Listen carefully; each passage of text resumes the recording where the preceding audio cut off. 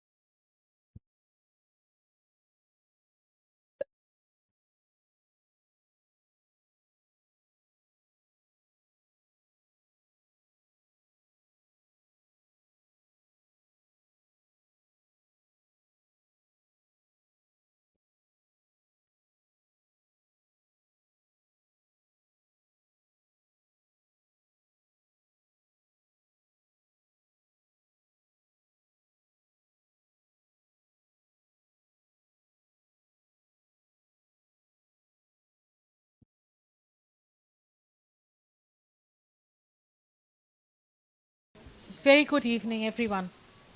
I'm particularly happy that all the people who are really interested, invested in issues of gender, sexuality, patriarchy, and all that comes with how we use language are all here. I want to give a big shout out that Manish Gaikwad, the lad, I would say lad, I think I'm much older than him, has written the brilliant autobiography of his mother, The Last Courtesan.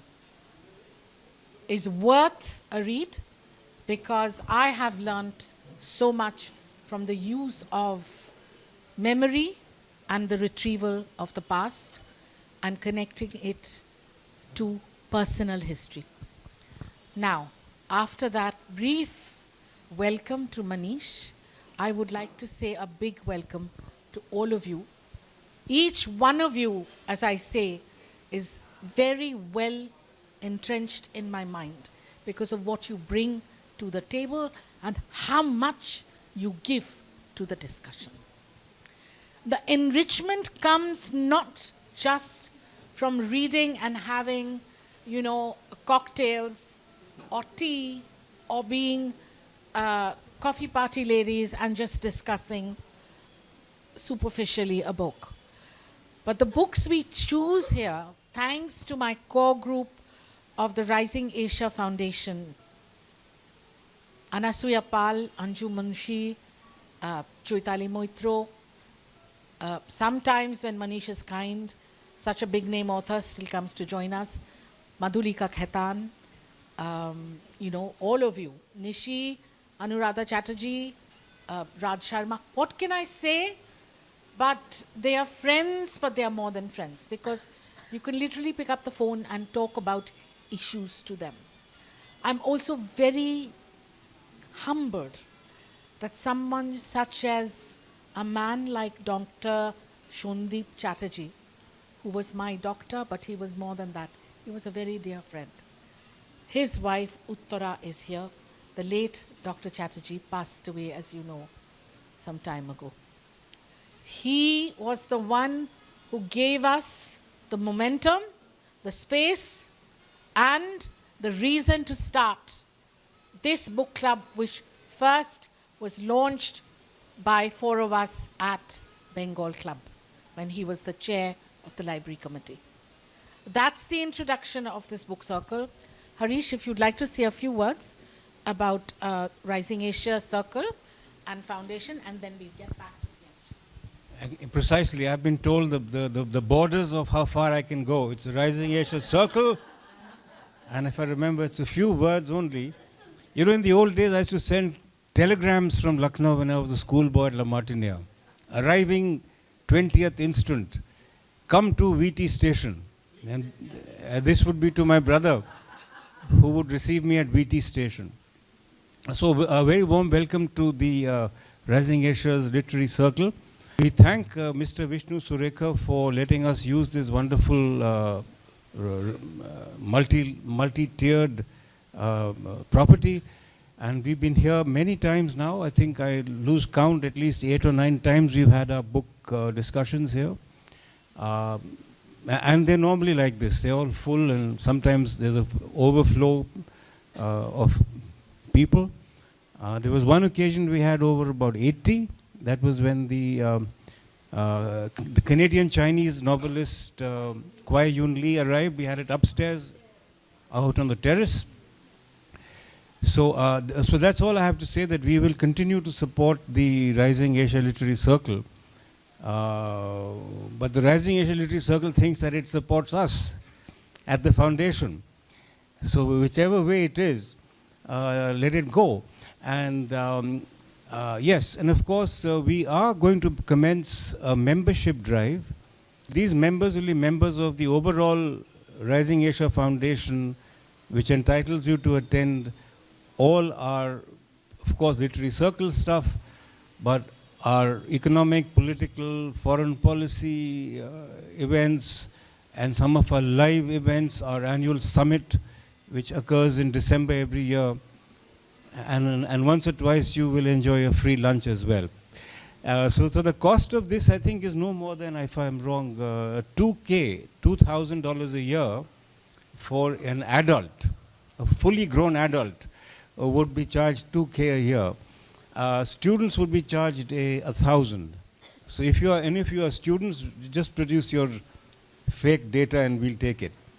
So that's all, and a very warm welcome once again. Thank you. You know, to the fact of the alignment of constellations, I was really smiling yesterday when I sent in my story on Ngugi. How many of you have heard of the Kenyan writer Ngugi? Fantastic. So Ngugi, just to tell you very briefly, has a strange relationship with the lady Banu Mushtaq we are going to be discussing today. Ngugi was the son of a goat herd.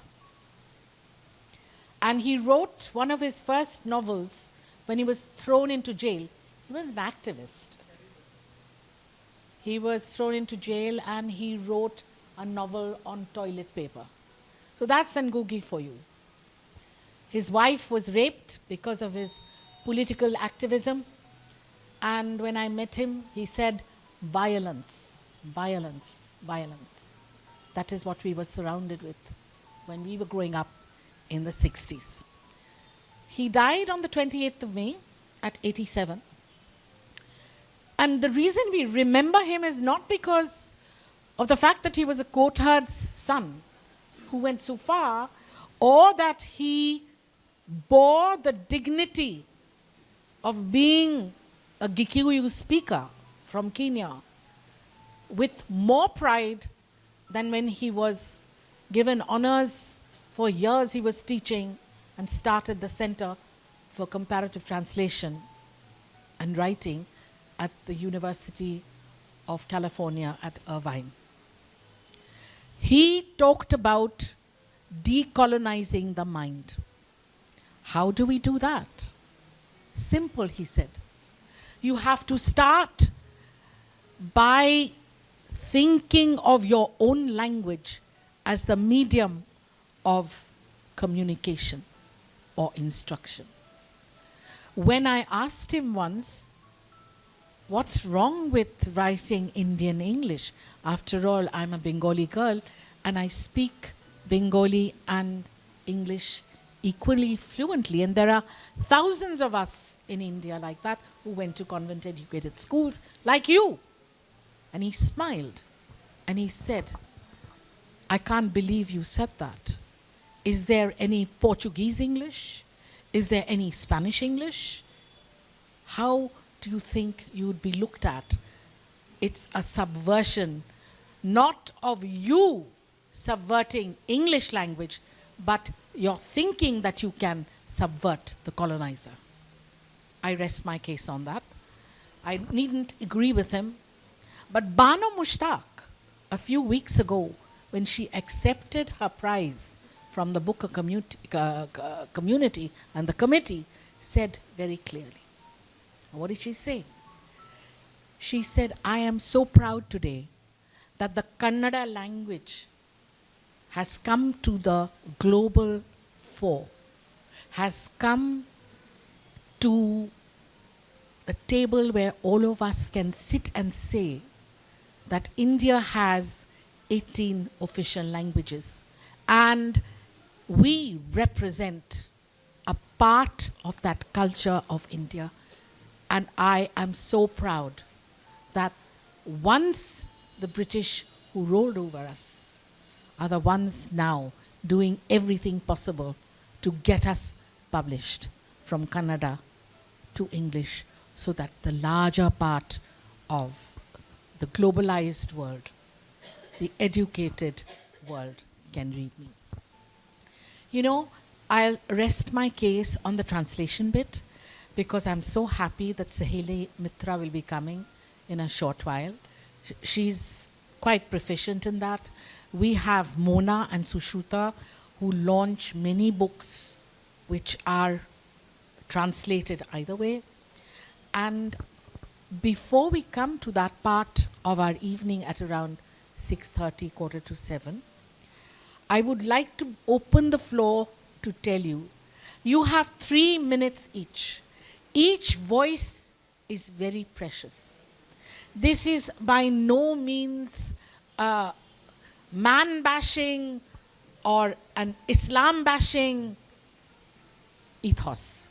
Our space here is for mutual respect, but also we are not hagiographers. We're not going to paint everything in gold because it's not that way. Otherwise, Banu says she wouldn't have written the book, right? But remember that whatever you say is of great richness and greatly appreciated. And this is a space of comfort and freedom. So without further ado, I just want Manish to kick off this discussion, and Manish will make the points he wants. It needn't be page and word and number, but I just want to hear his view. He is a Muslim man. He knows this book is about issues of a woman living in the contemporary age in a Muslim family and growing up. And it is also about translating on many levels, not just in language, but also, as Deepa Bhasthi says, abhav, bhava, the way we talk, the way we use that language shows us. In a while, I will read out little passages, but before that, Manish, just a few words from you. Thank you, Julie, for having this special talent of embarrassing me. All the time asking me to be a part of a panel when I haven't really read the book. I've read about 3 chapters. But to start off as a Muslim, Ghalib was once asked by somebody if he was a Muslim, and he said he's half Muslim because he drinks. So I would say I'm probably full Muslim because I also eat pork, given that we are in Bengal. So I read a couple of stories in the book, and I think they're very urgent and relevant right now. And Kannada literature is having a moment for the last few years. Vasudhendra, Vivek Shanbag, Jayant Kaikini. These are some of the writers in translation who are being celebrated. And it's about time the women got a chance to shine, and this has happened with Banu. So I mean, there's not much I can say about the book apart from the fact that it's something that you should read right away if you haven't. And if you've come here to listen to these experts who will have a better idea than me, so that I can go back to the audience and join and listen to them.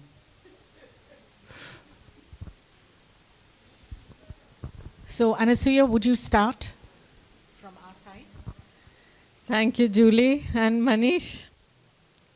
You always have this skill to make us all smile with your humor. So, frankly, this book, on my first reading, I read it a little casually, but I reread the book and it impacted me on a very deep level. So, I am half Mangalorean, so there were certain terms and certain nuances that I could unpack quite easily. And a little about Banu Mushtaq. She is herself, she was with this group called the Bandaya, and that was a banner under which many feminist authors made their case. And she is an educated lady, a lawyer, a journalist, an activist, and perhaps that comes through in all her stories. While we were discussing and unpacking the various stories in our pre-meet, Black Cobra really stood out for me. And what I found is she has a very easy way of telling you a story, but although translated, there are certain probably very local idioms or local proverbs which have been translated so effectively into the narrative in English that it tells you so much about what is happening, because I'm sure all of you would have read the stories. And Black Cobra is about, it's quite theatrical in the way she has presented the story with, you know, like if I may just say, in Macbeth you have the three witches coming in the beginning and three witches coming in the end, and there is a difference. Here too, you know, the story is back in a kind of book-ended with these three very ordinary women who defer to the Mutawala or Mutawali, who is the custodian of all things right in their little village, and their manner of deference towards him in the beginning of the story, and how they, even in their repression, find it within themselves to, you know, kind of show him his space, and their disrespect for the fact that he didn't actually stand up for anybody. And that he could actually stand and have a murder be committed in front of him, and you can get away with murder. So there are so many things that happen, and there is a little quote I would like to make of an idiom, or maybe a little saying in Kannada which has been translated, which kind of is at the, after the piece de register of the story, where the father actually is effective in killing the child. And the saying is, after laying the egg of light at dawn, the black hen of ignorance exited. And I thought it was very telling about how it really explained the narrative. And through all the stories, although there are a few very nice, simple stories too, but you do see and sense that the men are so overpowering with what they want from the women, that the women play and vocalize as is required of them, but there is a compulsive inner dialogue. And in that inner dialogue, they are telling themselves what is more true, what is more authentic. They want to be more authentic.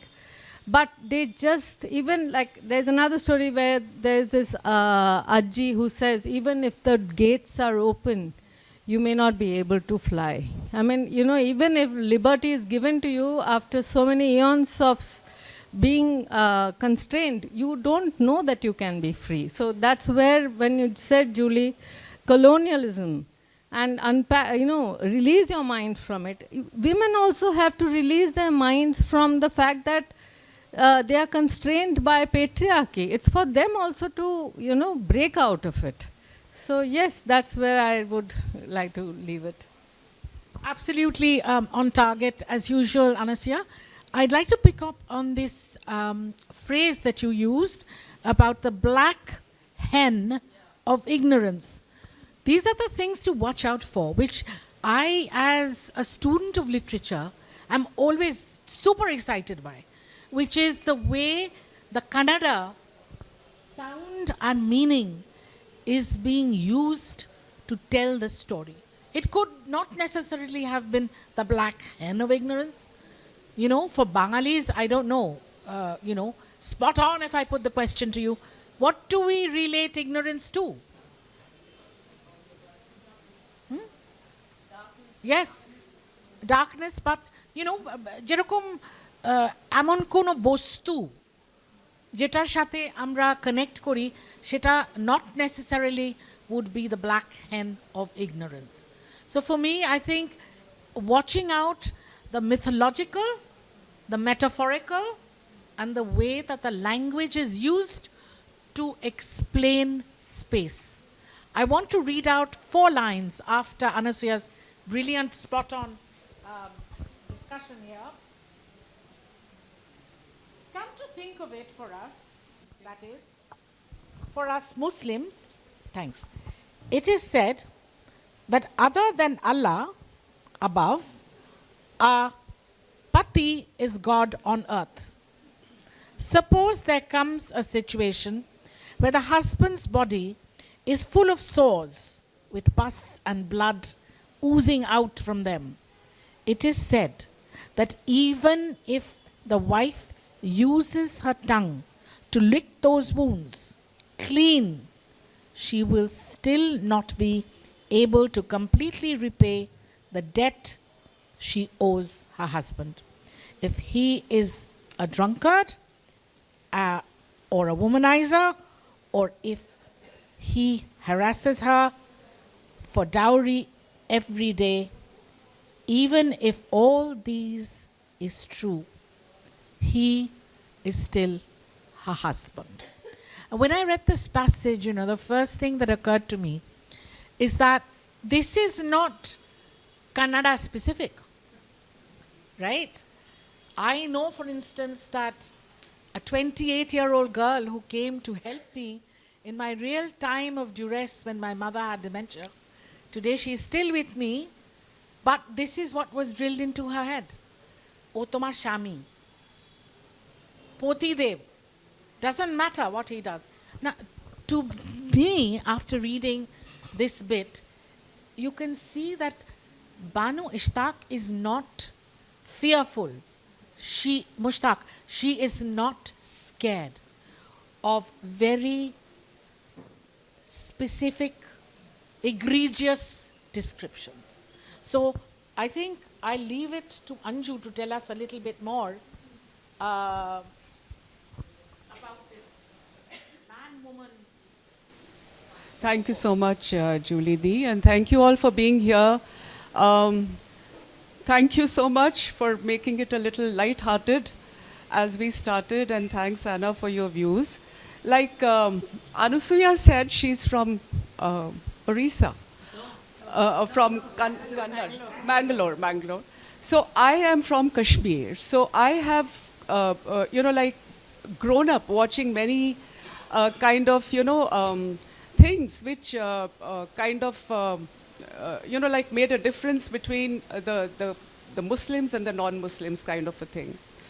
So I would like to talk about it, but very briefly. Initially, I think I would like to say that the book is fantastic. It's got a very simple narrative, but it's voluminous in thought, emotions, and sensibilities.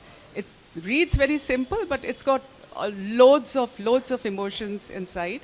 And although it focuses on the Muslim community, but the characters which are there in the story, they would be found all over India and all over the globe also.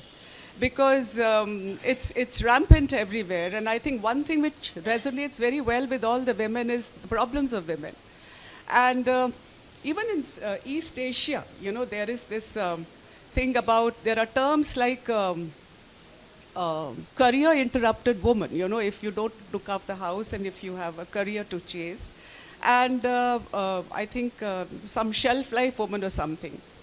So there are two takeaways from the book which I actually am going to be keeping with me for some time, which is like, men always thought they have a control. They have like, they are the providers, that kind of a thing. Caught in the web of culture, religion, they have been portrayed as inhuman, not compassionate at all, and big bullies in the house, you know. As against that, in most of the stories, the women have been portrayed as very intelligent, very empathetic, very connected with one another, I mean, with women of their community. And also they have a kind of a collective outrage, you know, for things which happen. They will always stand by one another as and when there's a problem. So that is something which I really liked about it. There is a sharp contrast between the men in the stories and the women in the stories. And this is a narrative, an underlying narrative which permeates all the stories, is of the man being a bully and the women being very subservient but not having enough courage to speak up. They do resent, they do rebel, but only up to a particular level. There is no incidence of killing a husband, lynching a husband, murdering a husband. I think every day we hear and read about these things in the newspapers today. But the women in the stories are very, very careful not to cross the boundaries, and they don't even take recourse to any kind of a legal action. So it is a kind of a silence in their minds, which I think is very overwhelming. In the book I liked the most was Decisions of the Mind, where Sureka Begum, she kind of bonds with the help, the domestic help that she has. And the way she educates her, she makes her aware of her body, her hygiene, her family planning, and she tells her not to go for as many children as your husband wants to. So that kind of determines happiness for that lady. Another story which I thought, which is the title of the book, Heartlamp, is about a young girl who's not happy staying with her husband because she gets bullied off and on. And then the brothers and her parents do not support her. So she's caught between self and filial piety. She is between individual and the social and cultural obligations. So that strife, that trauma, I think, prevails in all the stories, which is a common thread. It goes all over. I love the silence the women have. They rebel, they resist, they hate, but there is a silence inside them which doesn't make them cross the boundaries. That is one thing which I think needs to change. Thank you so much. Thank you, Anju. You've opened up a lot of doors, little windows for us. If I might just point out, many years ago, I was lucky enough to be interviewing a gentleman who was at the head of the Muslim League globally. The year was 2000. And that day in the newspapers in Bangkok, there was a big story about a suicide bomber on the Gaza Strip. Since Gaza is so much in our conversation, I thought I'd bring it up. And I thought of it this morning. And my first question to him was, Kamal Al-Sayed, that was his name. I said, Kamal Saab, what is this? You are encouraging 16-year-old young men to commit suicide. Why?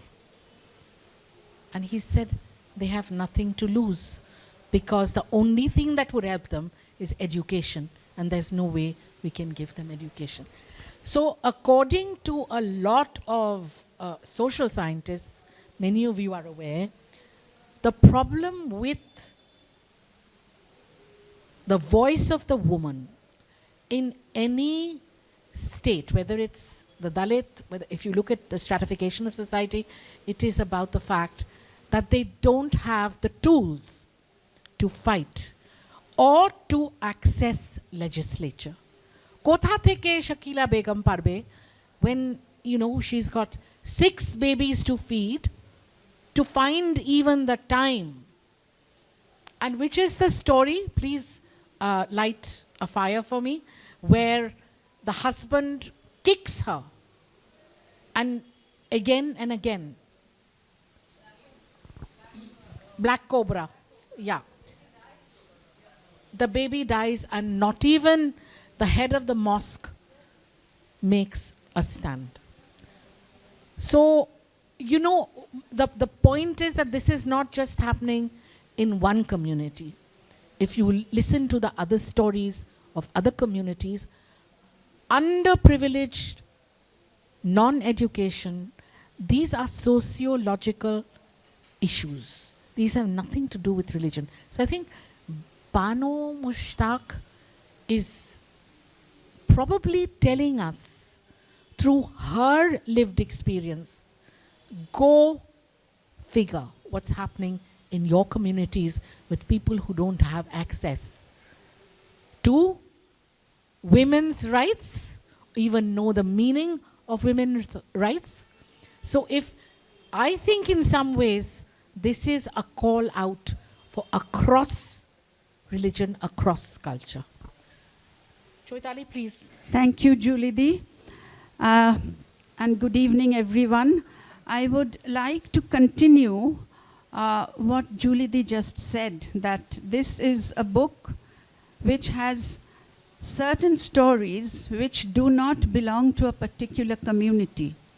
In this fiercely strong book, which my friend Sharupa just sort of, when we were discussing, said, that a woman is critiquing her own community. She is able to rise above just the community questions and ask bigger questions. So I would like to concentrate, like my friends did just now, concentrating on special stories, because each story is a different plate, different meal altogether. You can't compare, although there are certain commonalities, but still they are different. For instance, if I take up the story called A Taste of Heaven, it is a story, if I can compare the story to a tight thread, which is sort of being held at two ends. One end is a lady who is no longer biologically young, called Bai Dadi, and is craving for a quote-unquote husband space, which she has never had. Her husband died young, within a month of her wedding. So that is her sort of reason to crave in life for. And please allow me to read just one line showing, Banu Mushtaq's and of course Bhasti's brilliance in sort of creating this sentence, translating this sentence. Her body shed its layers every month and became one with the earth.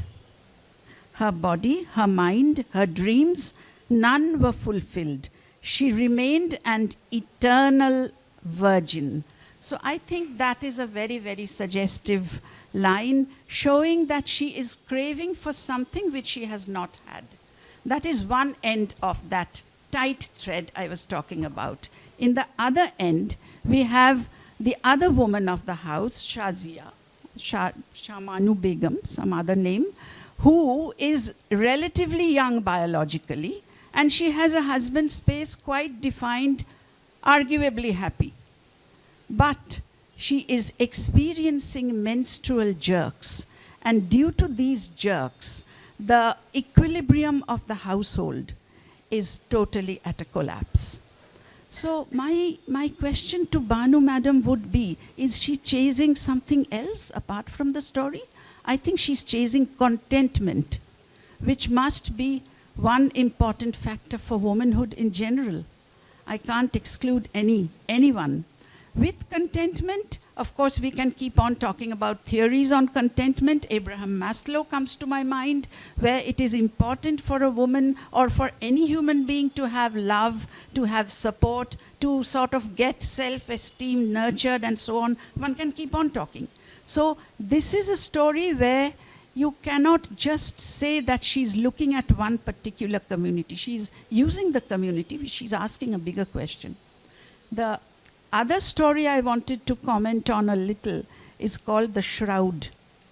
And for many of us, Shroud, that name is going to gallop us to Premchand, and we are going to move away from Premchand, looking at a much, much more difficult aspect, because the Shroud of Premchand had male component in the suffering.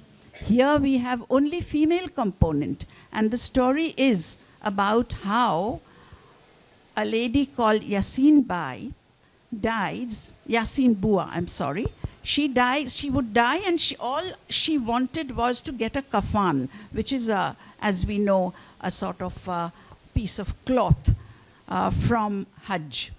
And she works very hard, and she is able to accumulate 6,000 rupees, which is absolutely monumental for her effort, and she gives it to another relatively happy woman who can afford much more than that, to the extent that she washes her hands and forgets the money on the basin, because the money was dirty. And when it comes to the context, she buys a carpet and forgets the kafan.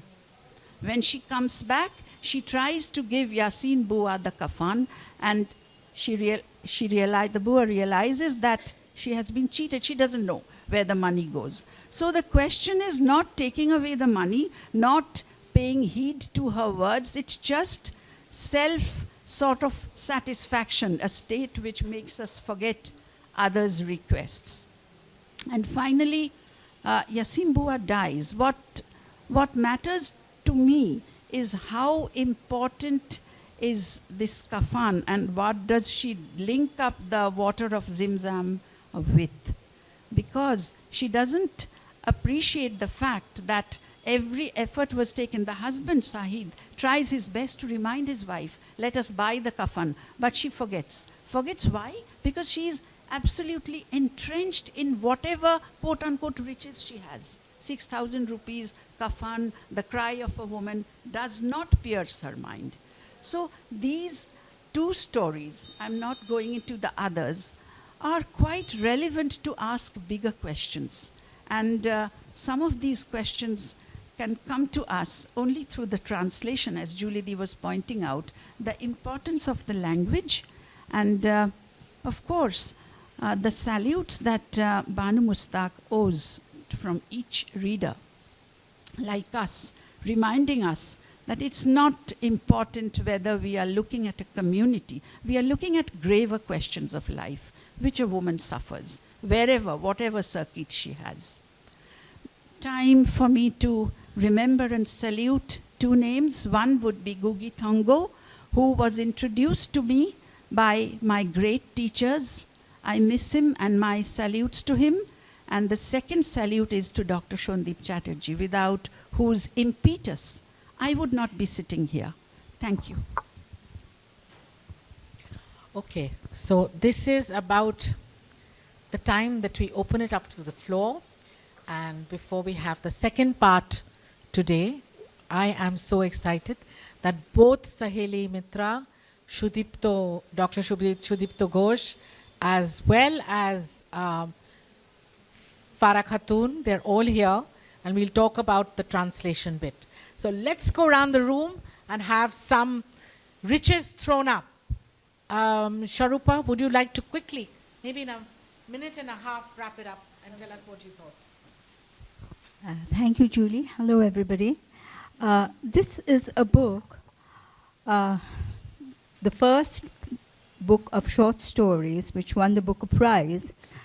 And when I read the stories, they were deeply disturbing. They really were disturbing. And as I was just speaking about it, I could not read all the stories at one go. I don't know if you felt that way, but had to take a break because they were really, really very disturbing. But after I finished reading all of them, I feel that they definitely leave an unified impression altogether. There is a unity. So essentially, it reminds me of a word, I don't know, diversity and unity.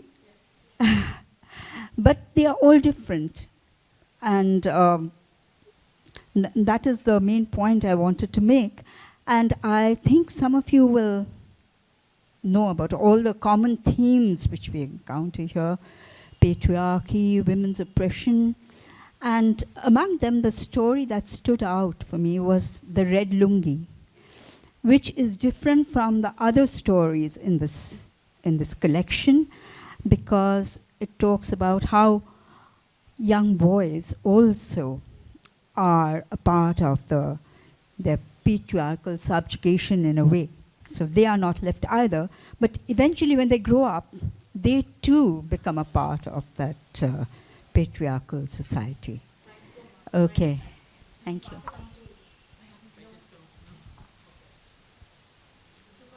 Yes, so what I felt was the idea of the fact that you can be local and global at the same time, and which was once upon a time the forte of particularly the Bengali speaking population. So that sort of struck a chord with me. And the other thing that I liked about one story I particularly remember, I don't remember the name unfortunately, but where there was this Yusuf, I think the name of the man, where he was torn between the mother and the wife. And yeah, and here what I liked about the story was usually, yeah, so usually... Matter of the heart. Okay, matter of the heart, thank you. So usually we see that, you know, we say that the mother-in-law is usually supposed to be the carrier of the patriarchy, and so she inflicts oppression on the daughter-in-law. That is the way it goes. But here we find that the daughter-in-law is actually jealous of the mother, and the man again takes the side of the mother, and yeah, so that is, yeah, but here for a different reason. So I mean, the fact that the daughter-in-law is feeling the, you know, the jealousy or the aggression towards the mother-in-law and not the other way around. So that I felt was a little different. Thank you. Interesting point. Uttara, would you like to say anything? I'm read the book. Okay. No. Yes, Julie, same with me. I just read three stories, but I'm neither of the field nor I have the expertise to talk about the literature that way. But I agree with her in one thing. I could not read the second story at least 10-12 hours after reading the first one. It was so shocking. And one point that everybody is making is nothing to do with community actually. Nothing specific about the community. Whatever is there, the message is absolutely for general women or whatever society. I think that point made by Sharupa, local and global, you know, we call it glocal now in academics. Please. Basically, I'm a very, very slow reader. I don't like to rush through the book at all. Adab, everyone. So I've read just one chapter. Yesterday I got the invite and I was very excited.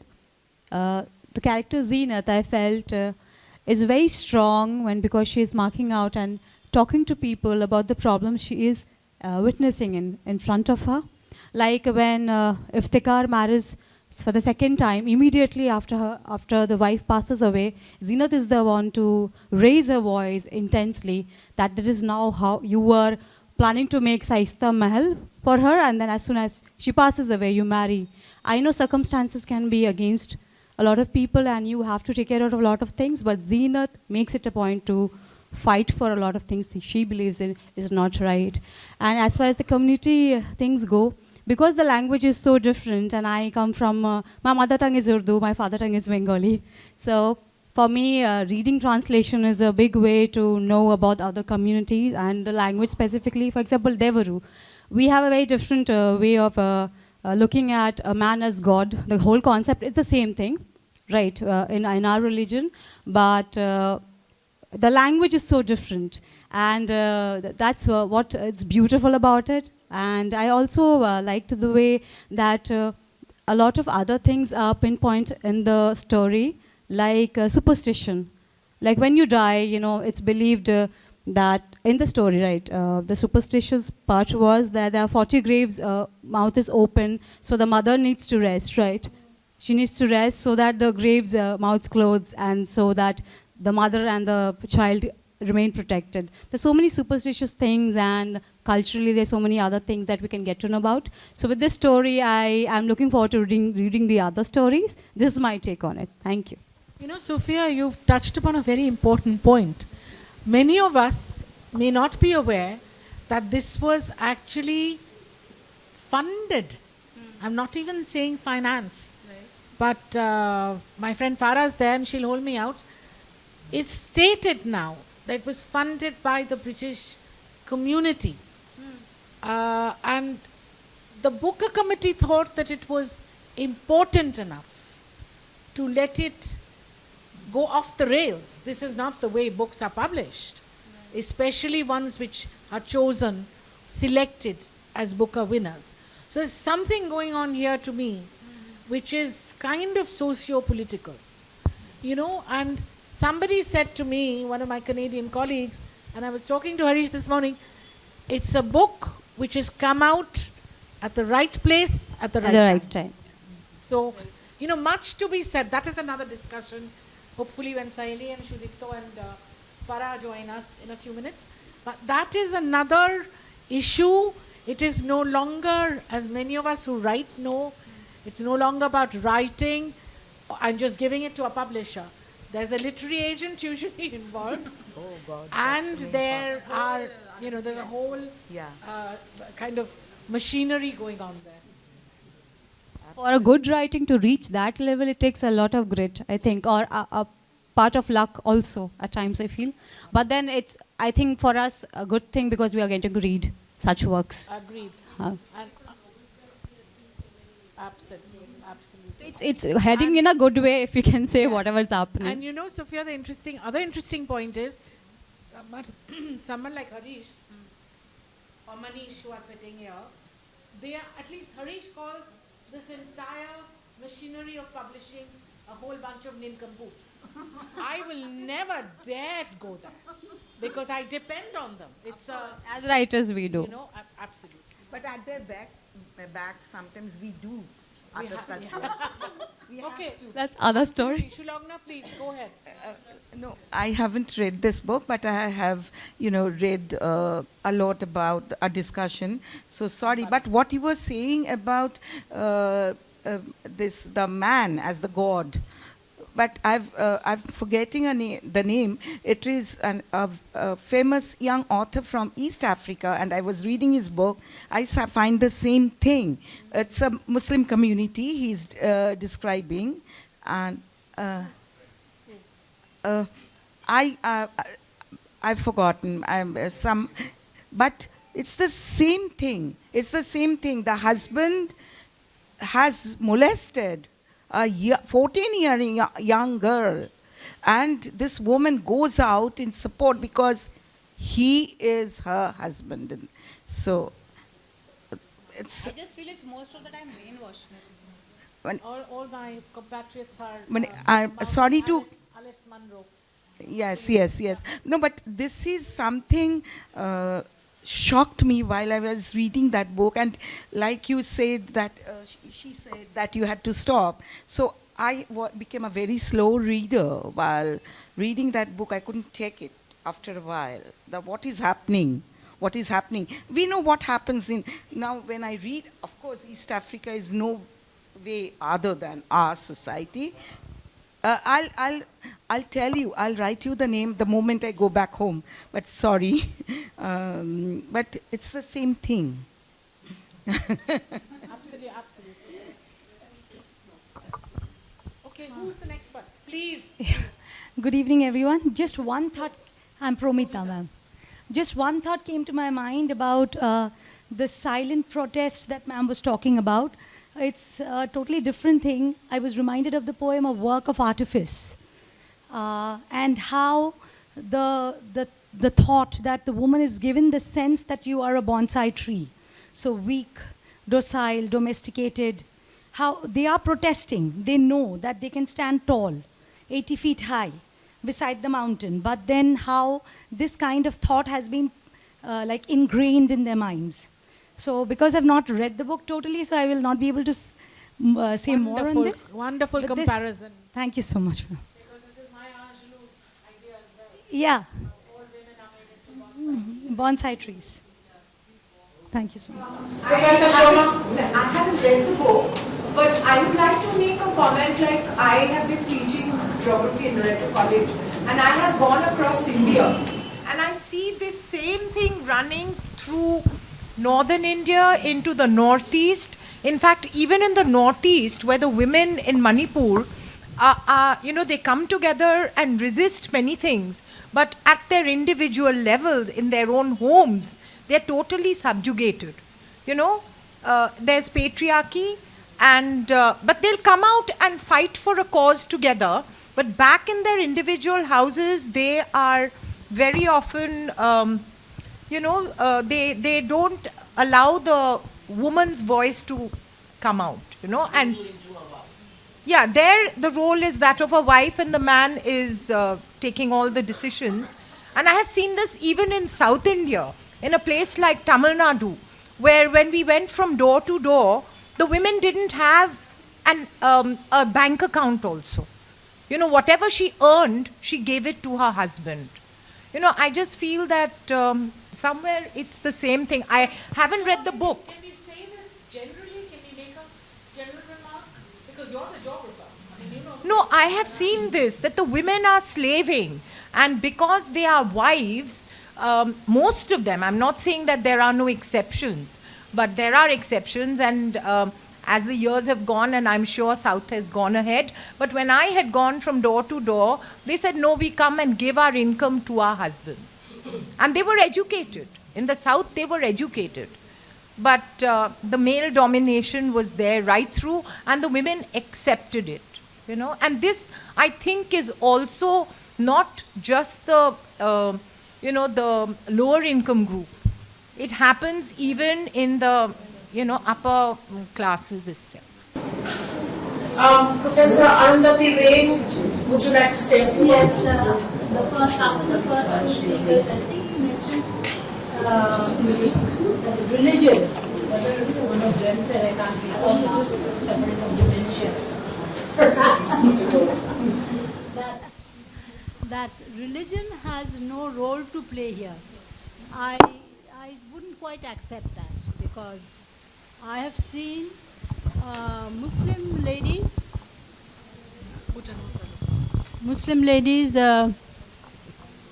as deeply rooted in Islamic thoughts and verses, and once again Islam, perhaps, I do not know, I'm drawing a line here, that Islam perhaps trains the menfolk that you will not be fined in a religious manner. It's okay if you do what you are doing, but do it very discreetly. There's certainly a license, but whether that's changing now. Yes. In reply to what ma'am just now said, I would like to, draw the attention to what ma'am was also, Choitali ma'am was saying about shedding the body, layer by layer. The same thing we find in Rituparna Ghosh's movie, Chokher Bali, where he is showing that particular scene. That scene had created a lot of ruckus, I remember, in the media. That why did he, why did he show this scene? This scene was not there in the book. But where, he actually showed it that this is the desire of a young widow, to show that she's still young and she's still fertile. I think that scene was shown where she's just getting up and that menstrual blood is on the floor, and that's the reason why she's running in. So I would not say that it is religion-based that way, because here is a widow, who is completely from a very upper class also. It is not even a lower class person. She comes from a very upper class society, and she's into a household again, which is a zamindari household. So I think it should be more about education than religion. I feel so. Thank you. Professor. Hi, I'm very glad you mentioned Rituparna Ghosh because the last story, Be a Woman Once, O Lord, it really reminded me of Bonomali Tumi Poro Janame Hoyo Radha, Radharaman Datta's song which was used by Rituparna in Arikti Premier Golpo. And many of you among your insightful readings mentioned how it's one theme, overarching theme, but so many different stories, so many different emotions. In Fire Rain, you remember how the man looks at a dead crow and he says that the crow I thought was always black, but then there is an iridescent rainbow in that black. I think that sums up the book for me. It's an overarching black. You were talking about the black hen of ignorance, but in that black there are so many different shades. Yeah. That's Anjana, would you like to say a few words? Okay. Yeah, what struck me about the book are the subtle shades of thought, the different shades of thought which occur in every story. It's not just one mind oppressed by patriarchy. There are women who wish to be independent. There are women who are actually happy with their husbands. And some of the husbands are not too bad, if you think about it. Though those are the young husbands. Never mind. I am talking about the book. I'm not talking about me or anything else. But there it is. I mean, she has done a very good job of portraying the way women are at a certain level of society and how they try to get over their lives and try to make the best deal that they can for themselves. And she does this very subtly in language which has been vividly translated. What was that saying, Harish, that you and I had about Churchill saying, if you're going to hell? Well, I think someone said it right in the beginning. Banu Mushtaq is really a brave writer. Other than being a brilliant writer, she's really brave. Because in this climate in our country, to actually look at your community and bring out the issues that she has. And one of the issues she's talked about in a number of stories is this, that in India, in the law that Muslims have, men are allowed 4 wives. And it's often, those of us who come from this dominant Hindu community in this country, we tend to think that, Muslim women are okay with it. I mean, what do they say? And that rebellion, which is so beautifully portrayed in the stories, and the solidarity of the women, but also, we've talked about patriarchy. The other thing that comes through very strongly in the stories is class tensions. The entitlement that the privileged classes have, like, in the story where they organize the circumcision for the young boys. Yeah, where this family organizes it, but that's done by the local person with a blade, but for their own children they go to the surgeon, and then what comes as a shock in that story, I think, is that one of the boys who had been who's the maid's son, who'd been circumcised by the quack, so to say, is actually fit and fine, and it's the boy from the rich family who somehow doesn't seem to get well, and that anxiety remains through the story. I really think this is one of the most brilliant collection of short stories, and of course, as a translator, I feel very proud that it's the second volume, second book from India that's got the International Booker, and in both cases the books were translated. I'll take up from there to make 2 points, if I may. One is that one thing that has not been mentioned here is not just, we've heard resistance, we've heard various levels and manners of conveying it. Number one, irony.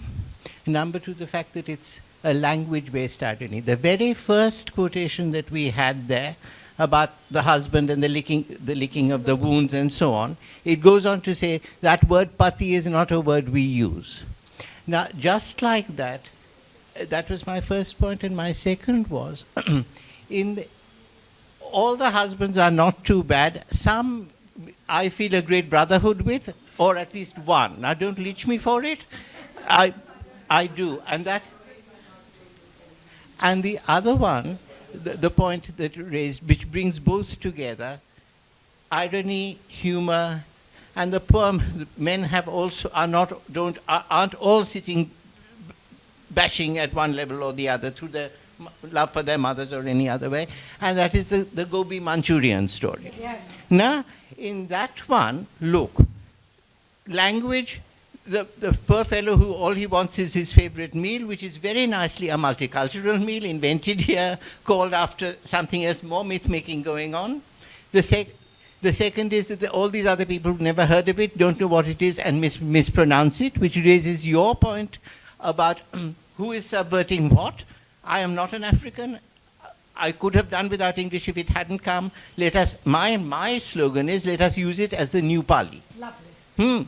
Not the new Sanskrit, the new Pali, something that common people, uncommon people, and literary people can all use, and with our heads down. Perhaps it's not our mother tongue, it's this, that, and the other, the old story. But anyway, so that was nicely done. And it's not just the translator. That pati must come from the original. From the indigene. From the indigene. And my last one is a question, and I'm sorry to go on so long. I know I don't belong here and everything, but do they say B in Kannada for bai? But then they've one of bai, I thought, but in that book, the woman's... B-I. What is that? What is that B-I? I'm fine means good for you, not for you. I just have one point to make. There's this story called Soft Whispers, which was an entirely differently themed story. It stood out because it highlighted a girl being cherished. And it also, the girl would speak of a certain affection towards a boy, and the curiosity to see how that has grown with their growing up. And that was given very free expression. Amongst all these repressed women, there was one breath of fresh air where this girl could express her feelings. And the fact that she was cherished in spite of being a girl by her grandmother. So that story, I thought, just stood apart, in its sense. Okay, so before we turn to translation, I'll give Harish a say here because I really respect what he's done with his years in Vietnam and Cambodia and the work he's done with women's issues. And I remember meeting one of the members of the Vietnamese Communist Party that you introduced me to. She was 90 at that time. Such a feisty lady. What was her name? Do you remember? No. Okay. No Bathan. No Bathan. Good for you. Okay. Would you like to just talk about how across cultures is this an issue of patriarchy that you see, or how is Vietnamese women different for education? Well, as a historian, to address the issue of patriarchy goes to the heart of, especially in Vietnam, when the Communist Party of Vietnam comes to power, and also in Communist China, when Mao Zedong drives out the nationalists and brings the Communist Party to power, we saw a profusion of short stories in China. And a lot of those short stories dealt with women. And so they were creating, under the titular guidance of the CCP, the new woman. The new woman, like the new communist man, was urged by the short story writers of the communist era to overthrow the shackles. And that meant, because the girls were being beaten by the husbands before he went to work in the morning, he went to the fields. In the meantime, his mother was beating the girl. So when the Communist Party comes to power, it goes village to village and empowers these women to stand up. So she begins by standing up to the mother-in-law.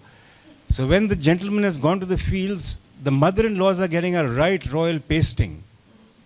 They are pasted black and blue, and you can't stop them because the Communist Party has, its boys are everywhere. When the husband comes back, he's beaten black and blue. And so till such time as some sort of equality happens. So this was a story in, some of the stories are actually funny. And in Vietnam, the short stories celebrate women, but they had no time for too much celebration because they were at war with the French, who must be driven out and were driven out, and then the Americans come. So they were constantly under bombardment. But Ho Chi Minh's people begins to, they marshal Vietnamese women to hold up the home front, because the men were out fighting the war on the main front. The women constituted the domestic front, which meant keeping the fires burning, bringing up the children. But some of them also went and fought, and they were then called the long-haired army. If you Google the words, Ho Chi Minh's long-haired army was a tribute they paid to the Vietnamese women for standing up to this. Now within all this propagandistic new woman and beating the mother-in-law, atrocities continue because the policing by the Communist Party boys of individual households is virtually impossible. So women continue to suffer, and even during the war, in Vietnam, families broke up. So when the husband went and died, and even when he came back, if he came back, he would find his wife, had taken up with another man.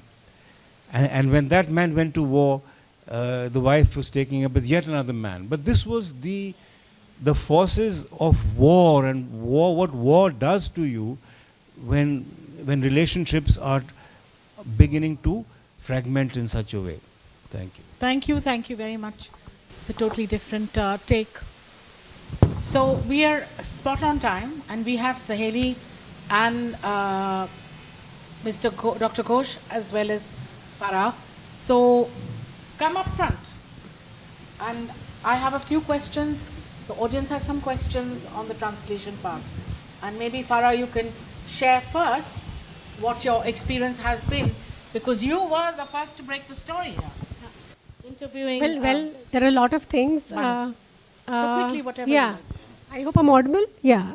So of course, there are a lot of things that I can talk about the book. How it was a complete book. It's not just viewed from the prism of, I would say, patriarchy, or in terms of a particular region, or anything specific. But then it has the universality of it.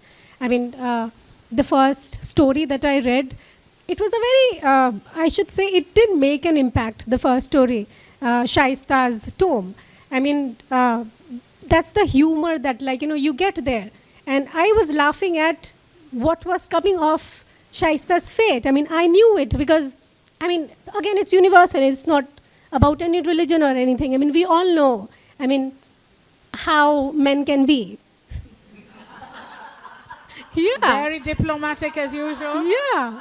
But however, the question to you is, that first story has that beautiful line or the phrase that, so there's, this young woman who comes back with her married, with a husband says, so Dada, and like we would say, eta ki korechen? Arikta mey manush ghorer moddhe? So he says, well, I waited for the 40 days to be over after she died. Frankly, of course, it's sad. Huh? It's sad. But then, humorously, it's sad. Yeah. Well, it's sad for whom? That is the question. Yeah. Also, thank you, Sophia. Sad he didn't wait that long. Anyway, shameful. Yeah, I wanted to add, like we said, there's no religion attached to it. Religion is not important. Religion is not important, but in Banu Mushtaq's case, religion is important. I mean, she is, of course, talking about it. It is. But then, I was actually working on your copy, and the ending lines said about the author that he feels more joyous when the story impacts people. So it is now that Banu Mushtaq's stories are impacting people. And it will impact the people that she wants the most. The women, the Muslim women. And that is how the identity is important. In the story that you're saying, which is out on Sunday, I think, Yes. is Ngugi. Yes. And this is where I think it's incredibly ironic. We were talking about irony, that when I was listening to the Booker Prize speech by Banu, who said, it's remarkable, I'm just so happy that Kannada has got a place in the world today. It's unthinkable. And there was Ngugi that I was transcribing from my notes with the interview with him, where he talked about how important it was that Gikuyu, which is a Kenyan mother tongue, has been read, because he stuck to his guns and he said, I will not write in English. Right. Okay. Yeah. Now, I'll ask you one more question before I let it fly. And that is, what kind of an exchange did you manage to pick up on? I found her, the little exchange I had, very humble and a very lovely woman. There was no, she picked up the phone, she talked. That sort of thing. Yeah. Did you manage to ask her anything about translation? I did, but then again, it was very brief, where she just said that, she's happy with Deepa Bhasthi's work and how she understood her language, because they're in the same region. They're not very far. So she picked up, the language, the nuances, even the Dakhini Urdu that she was talking about. That is also she picked up. So she picked up the flavor really well. So the flavor didn't get lost in terms of language. Is there anything else you'd like to share? And I was really happy. It was kind of a personal victory, because from here on, I think a lot of Muslim women will be inspired through her story to come out, to write, to say, to also, because she's a lawyer, she's an activist, people would, and she's showing the light actually. So that will have a big impact, and I am looking forward to see that. So I just kick it off and then we have a conversation just as you like. Yeah. With this particular book, what strikes you as being the most challenging?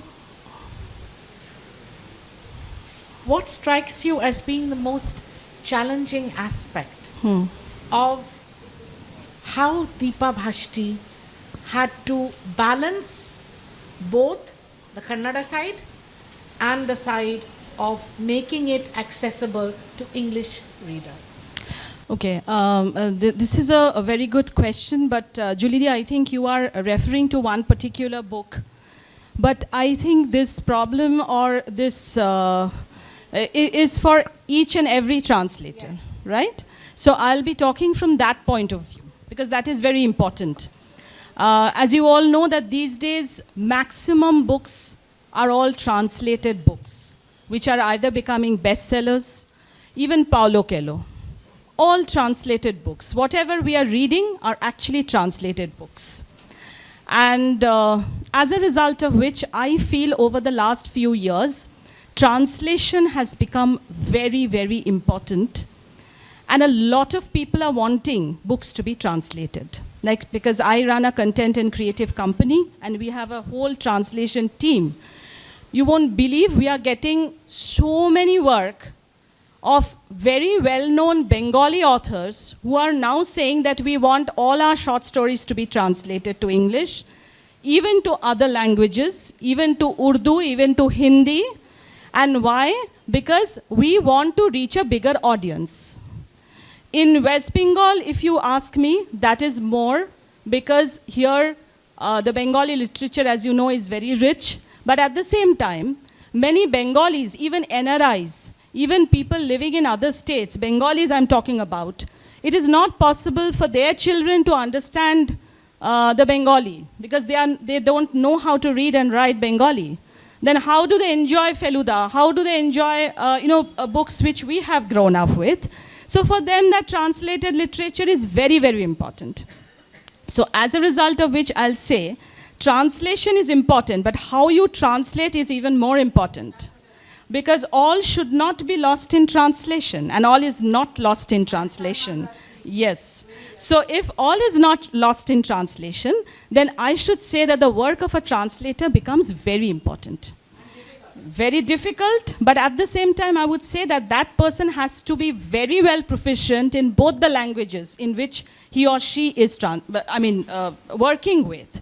Like if a person is doing from Bengali to English, the person cannot be just very proficient in English. That person has to be equally proficient in Bangla and understand each and every word.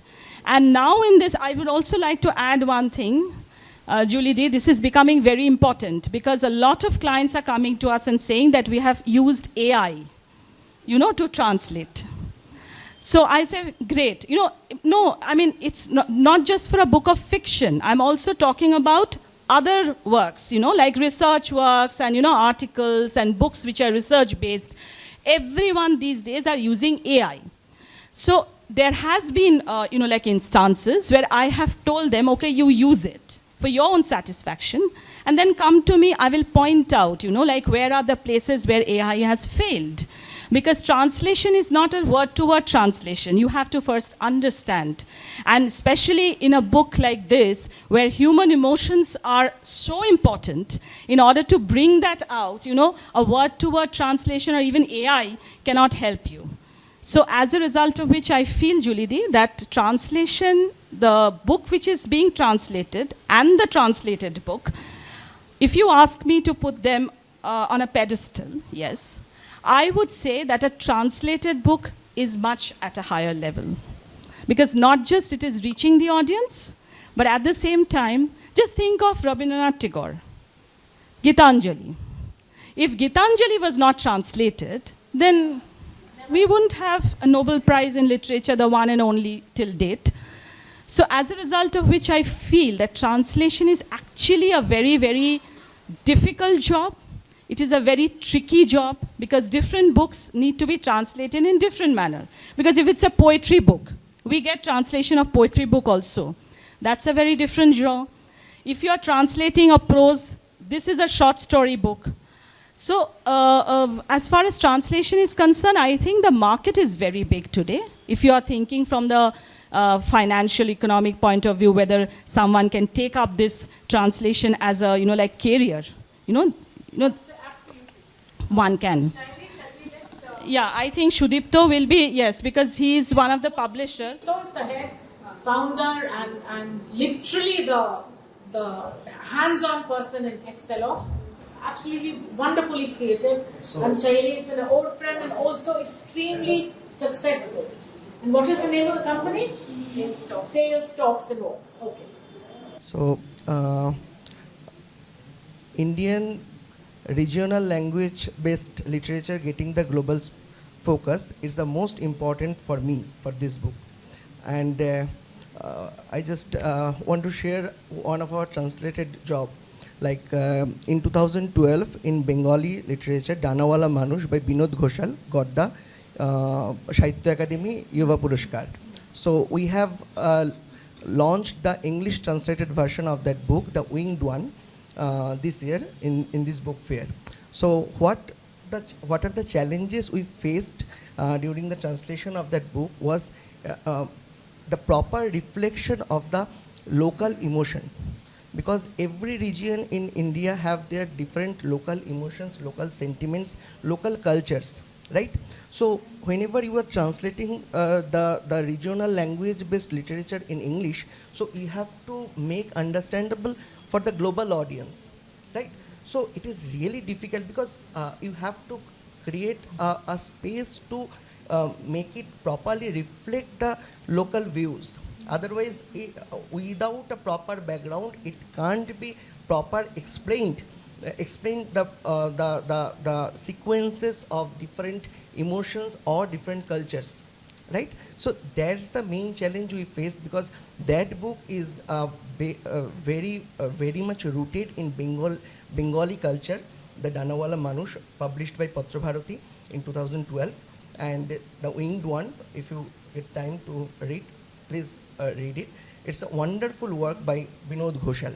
So these are the challenges we faced during the translation of this book, and I think translating the regional based language literature is always challenging, always challenging. That's all, thank you. Thank you so much. Sudipto, May I ask any of you around here, if any other thought has come into your mind, if you want to talk about something while the translation part is being discussed. Yes, please.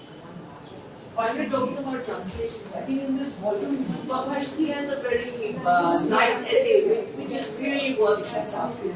I love the way she says it is also bhav, the bhava of the Sanskrit version. Because you don't just translate the language, you translate the culture. That's very important.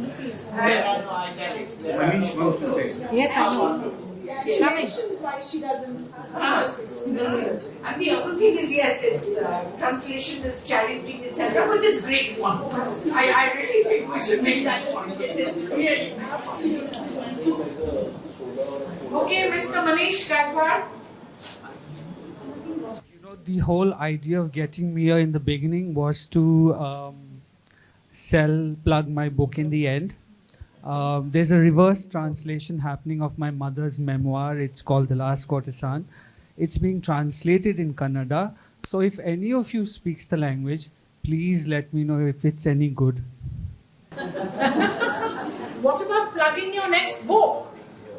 No, come on. So the next Which one is one that I think will be more effective than this one, where he writes about the perception of his own as a young boy.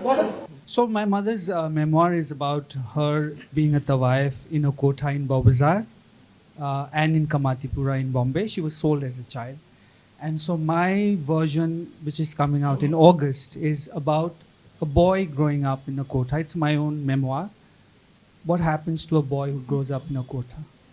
Unlike, you probably know about what happens to girls, but what about the boy? So this is probably the first time that's happening. Thank you. Okay, this wasn't working. You have a onerous enough voice then. Thank you. Thank you, everyone. It's been really wonderful having you. And we'll let you know about the next book. Yeah, so as usual, thank you all for coming to this wonderful location, the Bhawanipur house. And may I have your attention?